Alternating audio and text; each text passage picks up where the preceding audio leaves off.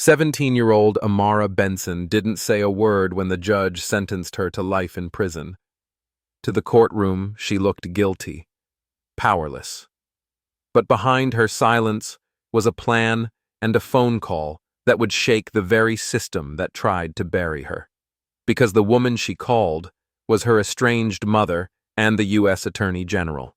What happens when a forgotten daughter holds the key to exposing decades of injustice? If this struck a chord, give it a like, share it with someone who believes in second chances, and subscribe to Mr. Mac's Stories. Now let's step into the story. The room was heavy, not loud, not noisy, just heavy like grief had taken form and pressed itself against the walls.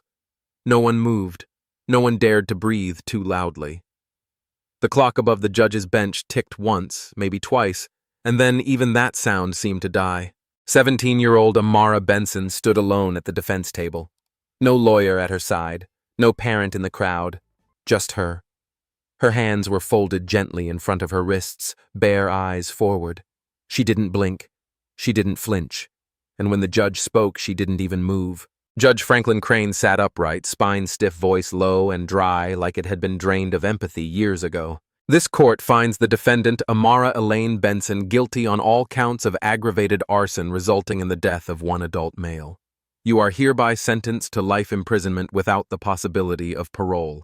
The words landed like hammers, but still Amara didn't react. Nothing. Not a cry, not a whisper, not a glance toward the crowd, just silence.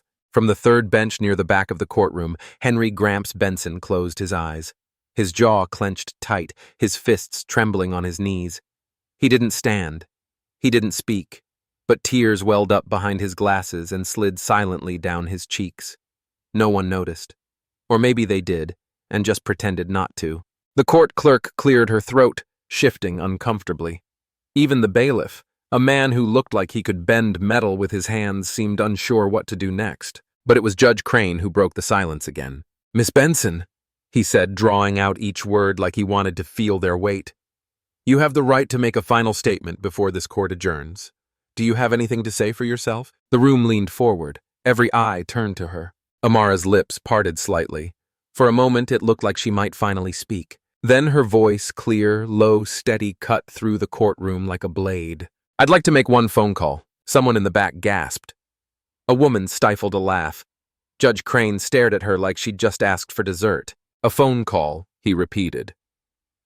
"Miss Benson, this is a sentencing hearing, not a social hour. You've had every chance to defend yourself.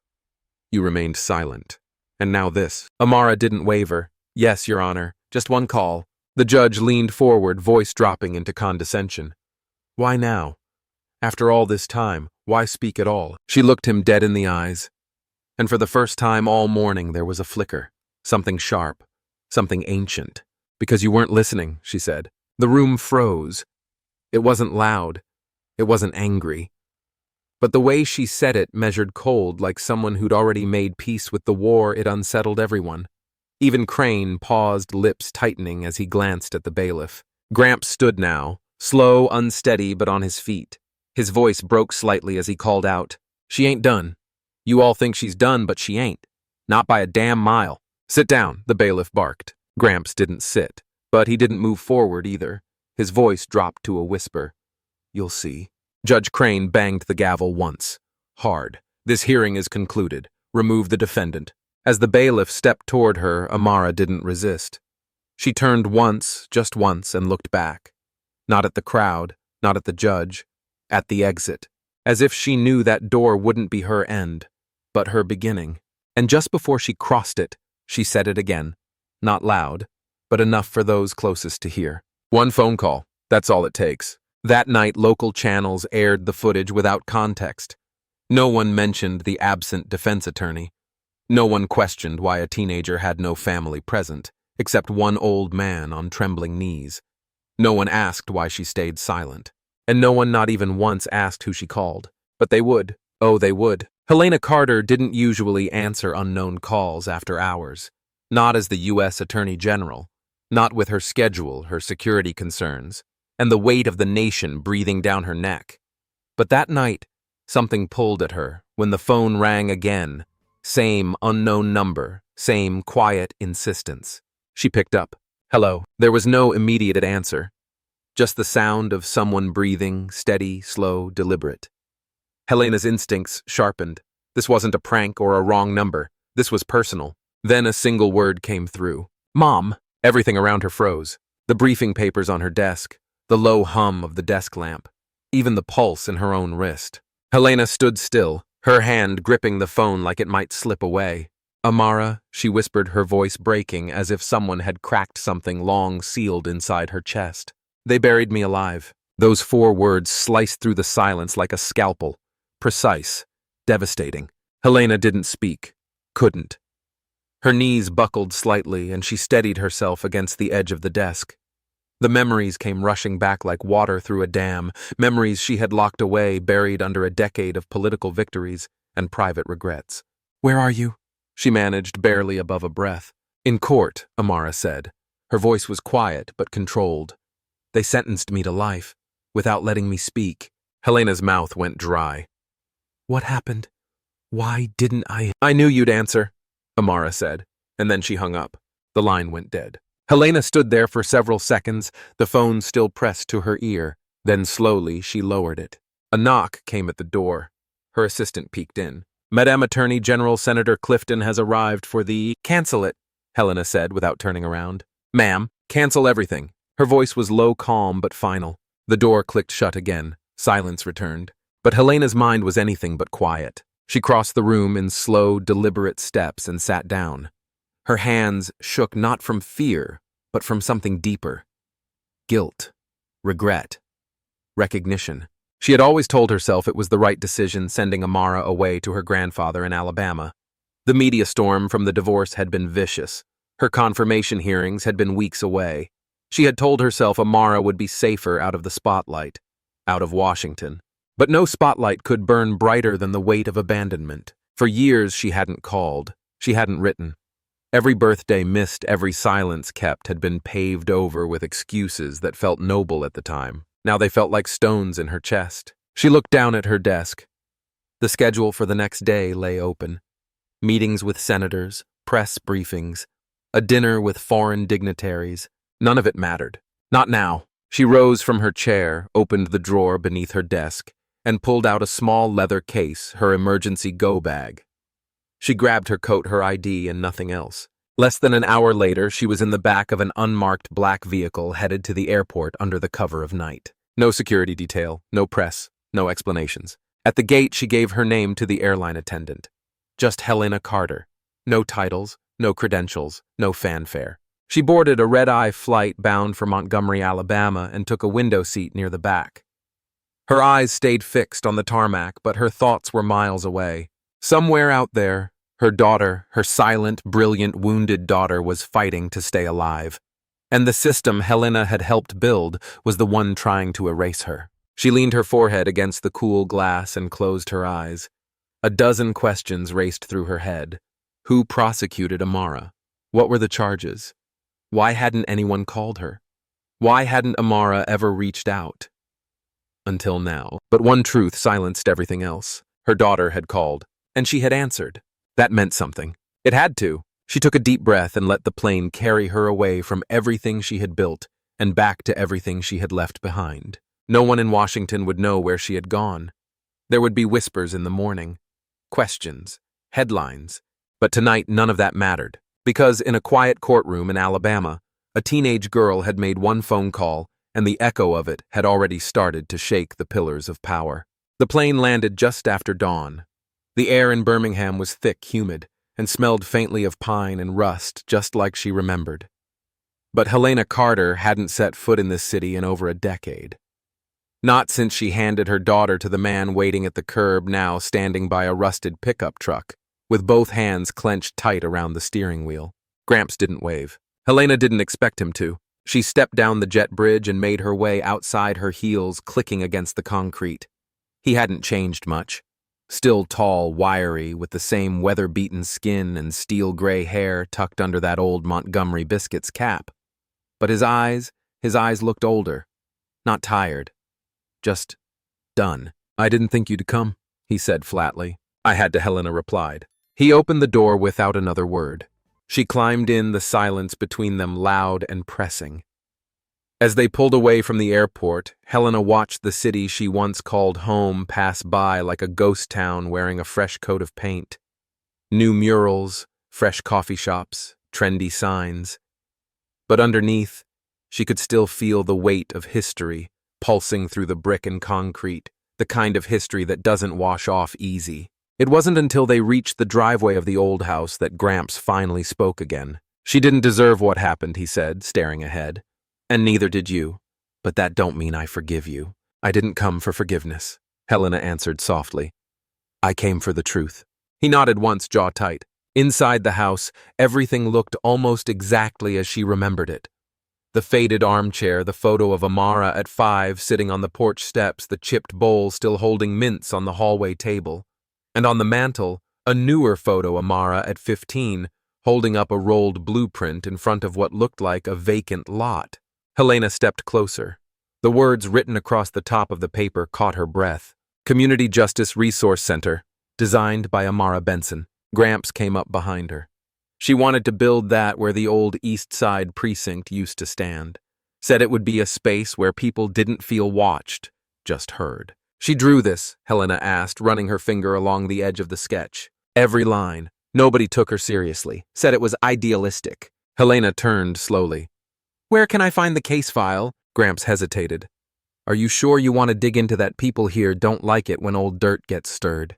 "I'm not here to protect anyone," she said. He led her to the back room, unlocked an old metal cabinet, and handed her a manila folder. "That's everything they gave me."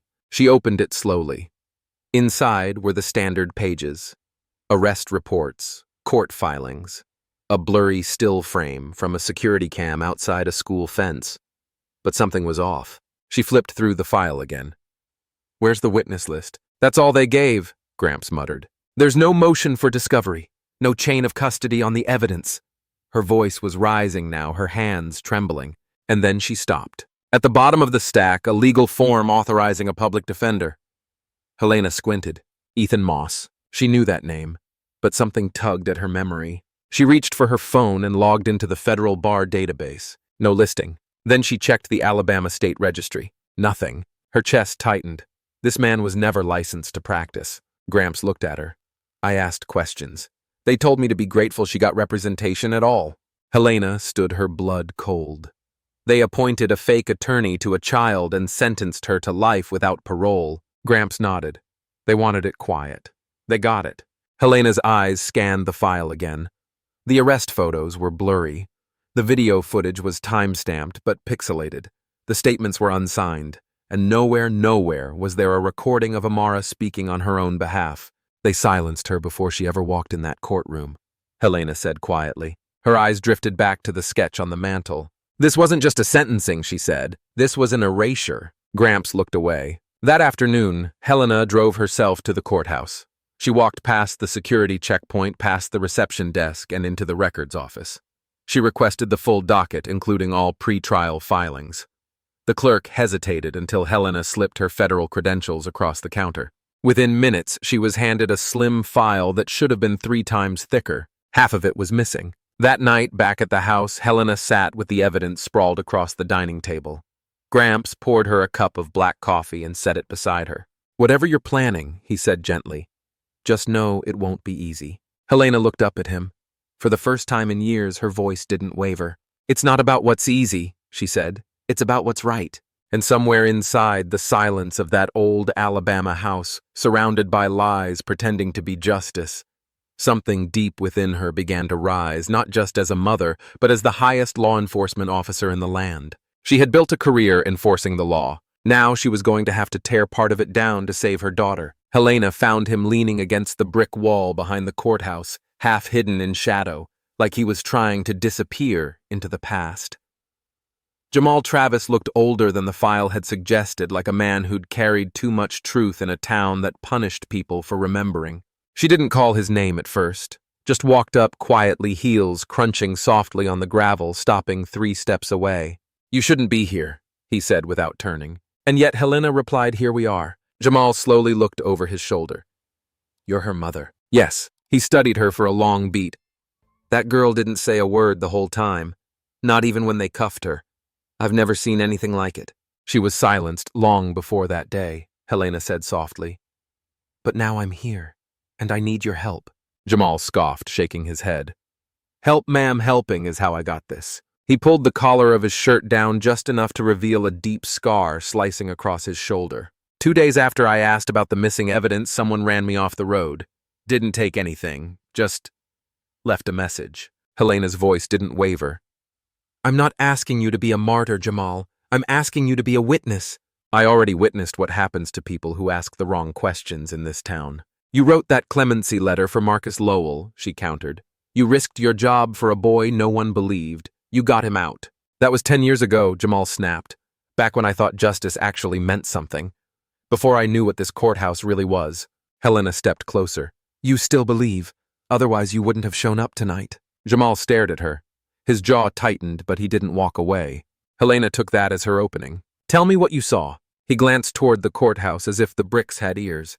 Then he exhaled, slow and cautious. The day before Amara's hearing, a tech guy came in, said he needed to compress surveillance footage for court efficiency. That was a lie. I watched the original clip. Amara didn't throw anything. She didn't even run. She turned toward the fire like she was trying to stop it. Helena's breath caught. And what happened to that footage? Jamal's eyes darkened. The version that went into evidence cut spliced blurry. Every frame that cleared her name gone. She let that settle before asking, and the real footage. He hesitated. There's a backup system. Old server room basement level past the records vault. It's not on the main network. No one uses it anymore unless they want something buried. Is it still there? If it is, he said carefully, it's untouched. That system logs everything automatically. The only way to delete a file is with a judge's override. Helena nodded, absorbing the weight of what he'd said. Can you get me in? Jamal looked her dead in the eye. Lady, I could lose my job. Or worse. She met his gaze without flinching. My daughter already lost her freedom. What's left for me to lose? Silence stretched between them. Then Jamal sighed and muttered, I'll take you to the door, but I won't step inside. Helena almost smiled, almost. As they walked around the side of the courthouse, he whispered, You think it's just one corrupt judge? This town's been eating its own for years. Amara wasn't the first, but she might be the first to wake people up. Helena's voice lowered. Then let's make sure they open their eyes. He stopped outside a rusted utility door and tapped twice on the lock panel. Motion sensor, he said. Triggers a silent alarm upstairs. You'll have 8 minutes. Thank you, Jamal. Don't thank me, not yet. She turned back to him. One last question. Why are you helping me? He hesitated. Then softly, because the last thing that girl said before they dragged her away was, I forgive you. And I wasn't even sure she was talking to me, but it burned like she was. Helena nodded, letting the weight of that truth settle in. The door buzzed open, and with it, so did the next chapter of a story that had waited too long to be heard. At exactly 2:03 a.m., the door clicked shut behind them, sealing them inside a part of the courthouse that hadn't seen daylight in over a decade.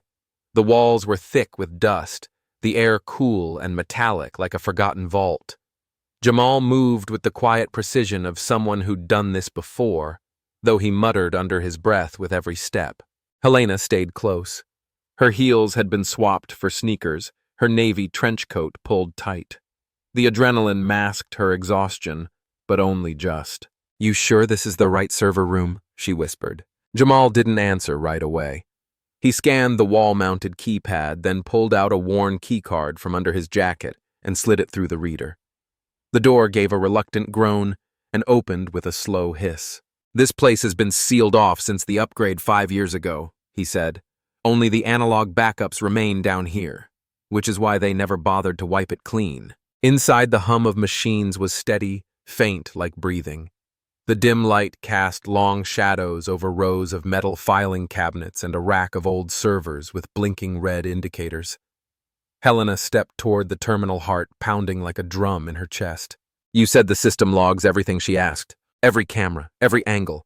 If they didn't kill the feed before the fire, it's here. She slid into the chair, fingers trembling as she typed Amara's case file number. The screen flickered lines of code streaming upward before resolving into a list of archived security videos. Jamal leaned in. There. That one time-stamped 35 minutes before the fire. Helena clicked. What appeared next nearly took her breath away. The screen showed a side angle of the community center hallway. Amara alone walking out the door calmly. No signs of panic, no confrontation. Just a girl leaving backpack slung low, a quiet look on her face. The clock in the corner confirmed it. She was gone a full half hour before the flames consumed the east wing. She wasn't even there when it started, Helena whispered. I told you, Jamal murmured. They buried her with a lie. Helena reached for the portable drive in her coat pocket and plugged it in. The system whirred louder fans, spinning gears, clicking into motion. She selected the relevant files and hit copy. Come on, she urged. The progress bar crawled, 8%, 15. Then suddenly the lights flickered. Jamal tensed. Someone's in the building. No, Helena said. We still have time. Keep the door closed. But they heard it a distant click. Then another. Footsteps, heavy, getting closer. Finish the transfer, Jamal hissed. I'll stall them, Jamal. I said stay down. He stepped into the hallway, closing the server room door softly behind him. Helena stared at the screen. 42%, 56. The footsteps grew louder, muffled voices. She yanked open the ventilation grate near the baseboard. It was narrow, rusted, and coated in dust, but just wide enough. She stuffed the drive into her pocket, grabbed the flashlights, and crawled in. Her shoulder scraped metal, and a bolt tore through her coat sleeve, slicing skin. But she kept moving.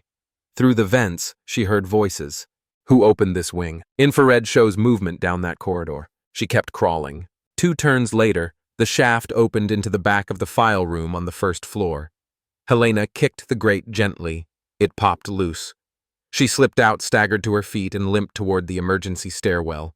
Her palm was slick with blood, but she didn't dare stop. Down the stairs, out the exit, into the alley. The cool night air hit her like a wave of freedom. She didn't look back, not even when sirens wailed in the distance. By the time Helena reached her hotel room, her body was shaking. Whether from pain or fury, she couldn't say. She peeled off her coat, cleaned the cut on her arm in the bathroom sink, and wrapped it with a hand towel. Then she sat on the bed, pulled the drive from her pocket, plugged it into her laptop. The screen came alive, and with it the truth. Amara's face filled the frame, young, solemn, and innocent, walking away from a building that half an hour later would be engulfed in flames. Helena pressed pause. Her hands trembled, not from fear, but from clarity, because now she wasn't just a grieving mother. She was the one holding the key to bring the whole system down. Helena Carter didn't knock. She walked straight into Jada Keys's home office like a woman carrying fire in both hands. Her face was pale, her eyes dark from nights without sleep, and in her right hand the flash drive trembled like it held a storm. Jada looked up surprised. Helena.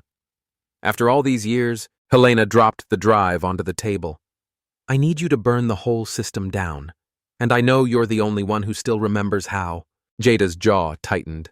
She didn't touch the drive. Tell me this isn't about politics. It's about a 17-year-old girl sitting in a cell for a crime she didn't commit. My daughter. Her name is Amara. There was silence, thick and bitter. Then Jada slowly picked up the drive and pressed play. Minutes later, she pushed the laptop away. This isn't a mistake, she said coldly. This is surgical, fabricated files, swapped footage, paid silence.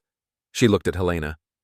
You want me to publish this? I want the world to see what they did to her, Helena whispered. And I want them to answer for it. Within hours, the headline exploded across Jada's platform. They lied the truth about Amara Benson. A flood of retweets, reaction videos, and cable news segments followed. The video showed Amara leaving the youth center 30 minutes before the fire started. It showed edited footage. It showed the lies. And most of all, it showed that silence wasn't guilt. It was survival. The hashtag started slowly. Then it surged. Justice for Amara. It was in every comment thread, every Instagram story, every protest banner. And by dusk, it had reached Capitol Hill. But systems don't bend without a fight. A judge signed an emergency order under the guise of security concerns to move Amara from juvenile holding to Crestmont State Prison, a maximum security facility 3 hours north. No lawyer was consulted.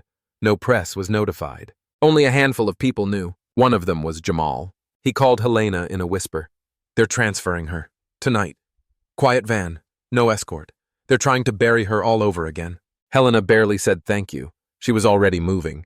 But someone else had already heard. Gramps. The van crept down Highway 62 under moonlight, unmarked and nearly invisible. Inside, Amara sat shackled knees tucked to her chest. She didn't cry. She didn't ask where they were going. She knew exactly what this was. Outside the city limits, just before the road curved east, something appeared in the headlights. A figure, one man, standing motionless in the center of the road. The van slowed, then stopped. It was Gramps. He was wearing his old Sunday suit, the same one he wore at her kindergarten graduation. His back was straight, but his hands were trembling. The driver honked, once, then again. Gramps didn't move. He stepped closer, placed one weathered hand on the hood of the van, and looked directly into the dashboard camera. Then he spoke. "My name is Charles Benson. I fought in Korea. I paid my taxes. I buried my wife 6 years ago and raised my granddaughter on my own. She ain't a criminal. And she damn sure doesn't belong in that van." He reached into his coat pocket and pulled out a phone already live streaming. "You want to move her? You'll have to drive through me." Within 10 minutes, the feed hit 100,000 viewers, then 2, then 5. In her hotel room, Helena was shaking when the live stream reached her. She called Amara. The guard tried to stop her, but the driver, now frozen in front of a global audience, had no orders for this. Amara's screen lit up. FaceTime connected. She blinked. "Mom." Helena was crying, but trying to stay strong. "I failed you," she said quietly, "but I see you now. I see who you are. And I swear to you, Amara, this ends tonight." For the first time in days, Amara broke. She pressed her forehead to the screen, eyes closed, lips trembling. "I'm not afraid anymore," she whispered. Outside, the road was filling up. Dozens of people, neighbors, strangers, old classmates had shown up. Some with signs. Some just stood silent, but all of them watched. All of them stayed. And the van, it never moved. By dawn, the Department of Corrections had issued a statement. Transfer halted pending investigation. But everyone watching knew better. This wasn't just about Amara. It was about all the girls like her buried in silence, waiting for someone to finally see them. And now someone had. They said, "The system never admits it's wrong." But that week, the air around the courthouse in Birmingham felt different, like something heavy was cracking from the inside. Federal oversight came fast and quiet. By Monday morning, Judge Franklin Crane was suspended from the bench pending formal investigation. His chambers were sealed. His staff was told not to comment. The same judge who once sat with cold detachment as a teenage girl was sentenced to life in prison was now being escorted out of his own courtroom under the quiet eyes of federal marshals. And then came the order Amara Benson v. State of Alabama would be reopened, this time under the supervision of the federal judiciary. The new presiding judge was someone the town hadn't seen in years. The Honorable Renee Wallace, a woman known for her sharp mind, unshakable ethics, and a teaching career that left more than a few rising stars in her wake. One of those stars, ironically, had once been Helena Carter. When Helena saw the assignment, she stood still for a moment outside the courtroom door, hand resting gently against the wood, as if trying to feel the rhythm of the justice system beneath her fingertips. Renee greeted her not with warmth, but with gravity. "Helena, let's get this right. Not for you, not for me, but for the girl you should never have had to save." The courtroom filled fast. Press lined the walls. Activists, neighbors, and students from Amara's old school crowded the gallery. No one spoke loud, but every breath in that room held weight. Amara entered in a gray sweater, no cuffs, no chains. Her curls had grown out a little. She looked older, not because of time, but because of what she'd survived. She didn't look around. She walked slowly to her seat, eyes forward, spine straight. She never broke her silence, not once, until her name was called. Jamal Travis was the first to take the stand. He wore a dark suit and no tie, but his voice was steady. No more shadows, no more whispers. "I was there," he told the court. "I saw the footage before it was replaced. The version they submitted was doctored, and I kept the truth because I was scared, but not anymore." The original surveillance video was displayed on the overhead screen. No edits, no distortions. It showed Amara leaving the building at 4:17 p.m. The fire started at 4:52. The silence in the courtroom was total. Judge Wallace leaned forward.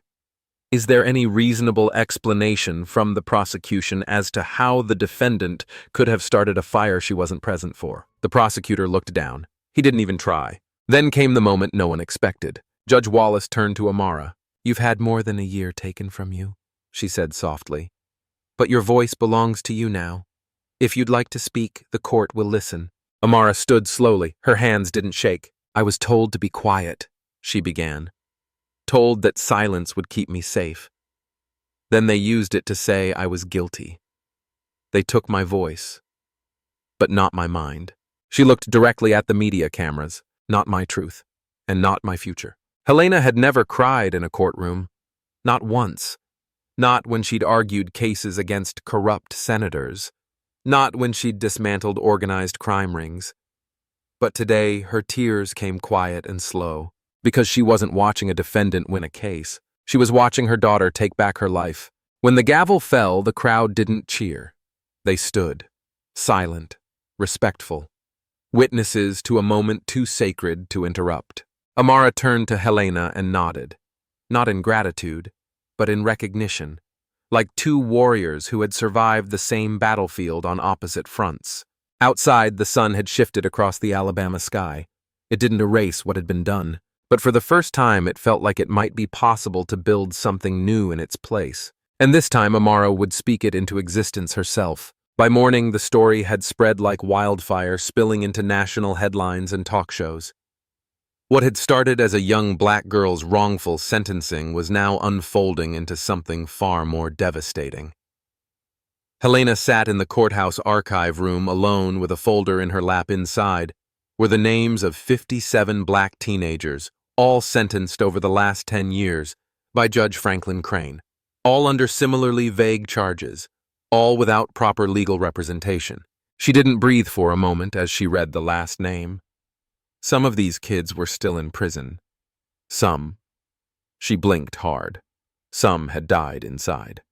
Suicide, medical neglect, labels used to clean up what they didn't want to explain. Her hands shook not out of fear anymore, but rage. Cold, quiet, methodical rage. Meanwhile, Jada Keys had taken the evidence and gone straight to the public. She stood on the courthouse steps that afternoon, her voice raw but clear, holding up the documents for the cameras.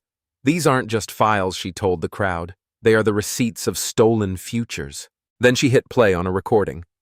A muffled voice came through, unmistakably Crane's. "If the developers want that block, we'll clean it out. No more delays." That single sentence, caught in a backroom deal with a property magnate, cracked everything wide open. Twitter exploded. Hashtag. The 57 became more than a hashtag. It became a movement. On sidewalks in Selma and porches in Mobile, people shared names, faces, stories. For the first time, it wasn't just Amara's face on the screen. It was the face of a system that had built itself on silence. Peaceful protests broke out from Alabama to D.C. Helena found herself standing shoulder to shoulder with mothers who hadn't hugged their children in years, and teenagers who'd lost best friends to 3 strikes laws they barely understood. One woman stood with a framed photo of her nephew, tears running silently down her cheeks. She didn't need to say a word. The pressure grew. Within 72 hours, Congress launched a formal judicial oversight investigation.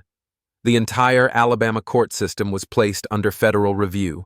Judge Franklin Crane was disbarred and placed under criminal investigation. His name disappeared from the courthouse wall overnight, but his legacy still haunted every broken home he'd left behind. Yet amid the noise, it was the quieter moments that struck the hardest. In one clip, Jada released an elderly black man walked to the steps of the courthouse with trembling hands. He set down a single white rose, whispered, "For my grandson," then turned and left. That night, in the dim glow of a motel lamp, Helena watched a home video on her laptop. Amara, maybe 9 years old, sitting cross-legged on the porch, sketching out her dream for a youth center in her old neighborhood. They'd all laughed at it back then, said it was sweet, naive, a kid's dream. But now Helena saw it differently. That dream wasn't destroyed, just delayed. She reached for her notebook and began writing names again. Not of children this time, but of those who let it happen. Prosecutors, police, real estate developers, people who thought no one would ever connect the dots. This wasn't just about clearing Amara's name anymore. This was about burning down the system that tried to bury her. In the months that followed, the world kept calling Amara's name. News anchors wanted exclusive interviews. Podcasters begged for her voice. Panels, scholarships, television deals, they all wanted a piece of the girl who brought a system to its knees. But Amara refused. Every request went unanswered. Every spotlight gracefully stepped around.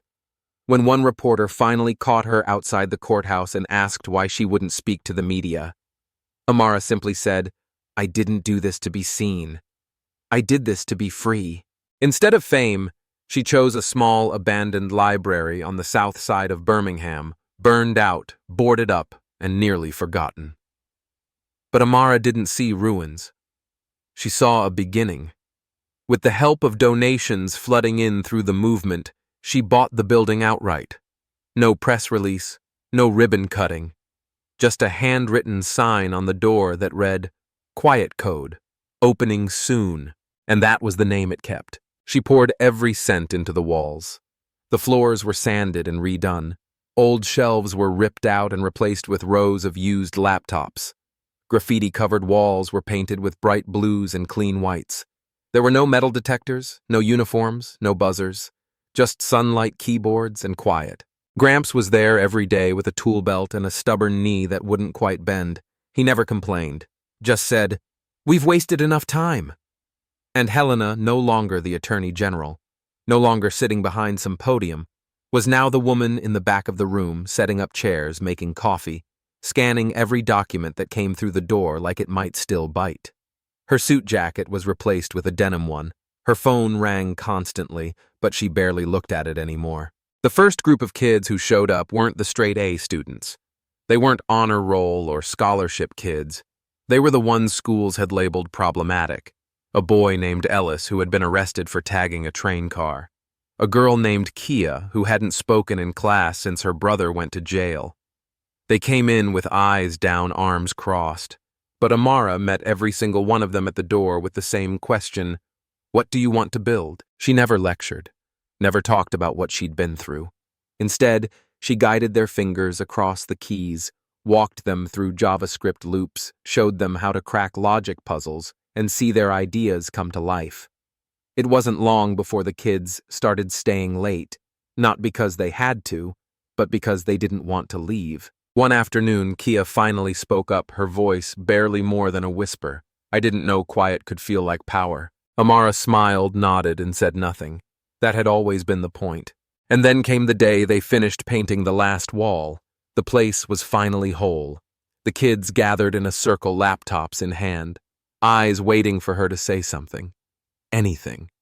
Amara stepped to the center, held up the final plaque they'd printed together, and read the words she'd once sketched as a child, but never dared say aloud. "We code in silence, but we change the world." Nobody clapped. They didn't need to, because in that moment, standing in the building, they built out of the ashes. Everyone understood the system had tried to bury her.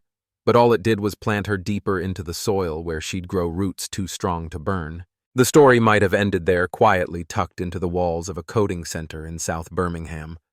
But silence has a way of carrying, especially when it's been earned. Jada's article came out 2 weeks later. It wasn't on the front page of any newspaper. It wasn't blasted on cable news. It dropped at midnight on her small, independent platform. No ads, no sponsors, just words and truth. The headline was 5 words long. The girl they silenced. Within 24 hours, it had circled the country. It was a piece without bitterness, without spin. Jada told Amara's story the way it deserved to be told, unfiltered, unpolished, and devastatingly clear. She wrote about the courtroom, the phone call, the missing pages, the broken systems. But mostly, she wrote about a 17-year-old girl who had every reason to scream, and didn't. A girl who let the world bury her only to rise without making a sound. And somehow that silence spoke louder than any scream ever could. Interviews poured in again, this time not just for Amara, but for Helena. People wanted to know what it felt like to miss something so important in your own house. How it was possible for the Attorney General of the United States to not see the injustice that lived in her own bloodline. But Helena answered only once during a press briefing where she stepped to the podium without notes, without entourage, and looked straight into the flashing lights. "I'm stepping down," she said, voice steady but soft. "Because you cannot lead justice if you have never faced your own blindness. And for 17 years I never truly saw my daughter. That makes me unfit to represent anyone else's truth." She left the room in silence. No applause. Just the sound of cameras clicking, and a woman walking away from power for the first time, not as a lawyer, but as a mother. And back in Birmingham, life moved forward not with headlines or hashtags, but with the small hum of quiet progress. One fall afternoon, the coding center was filled with the usual soft clatter of keys and the faint hum of old desktop fans. Amara sat in her usual chair by the corner window, guiding a group of new kids through a project about building logic trees. Her hair was tied back, her sleeves rolled to the elbows, and in the soft blue glow of the screen, her face looked both older and somehow lighter. A little boy no more than 9 tapped her on the arm as she leaned over his code. "Miss Amara," he asked quietly, "were you sad when nobody believed you?" She looked at him for a long moment, not searching for words, but for the version of herself that had once asked the same question and never gotten an answer. And then she smiled. "I didn't need them to believe me," she said gently. "I needed you to believe you." He nodded slowly, not fully understanding, but feeling something settle in his chest. A seed planted. Later that evening, as the lights dimmed and the last computer shut down, Amara walked to the front door, locked it, and stood for a moment in the silence. She looked back at the rows of desks, the scuffed floors, the peeling paint they never got around to fixing. It wasn't perfect, it wasn't famous, but it was hers, and for the first time in a very long time, that was enough. The screen fades to black, and one last line appears soft as breath, certain as thunder. Sometimes the most powerful change comes from the quietest voice. Some stories don't need to shout to be heard. Amara's journey reminds us that silence is not weakness, and that justice, though delayed, can still find its voice through courage, truth, and quiet resilience. This wasn't just a fight for one girl. It was a call to all of us to listen more deeply, to speak up when it matters, and to believe in those who've been ignored for too long. If this story moved you, please take a moment to like this video, share it with someone who needs to hear it, and subscribe to Mr. Max Stories for more powerful narratives like this one. Your support isn't just numbers to us. It's the fuel that keeps our team going, creating stories that shine a light where the system tries to cast shadows. Here at Mr. Max Stories, we believe that memory is power, and every voice, no matter how quiet, deserves to be heard. Let the quiet speak, and let it echo far.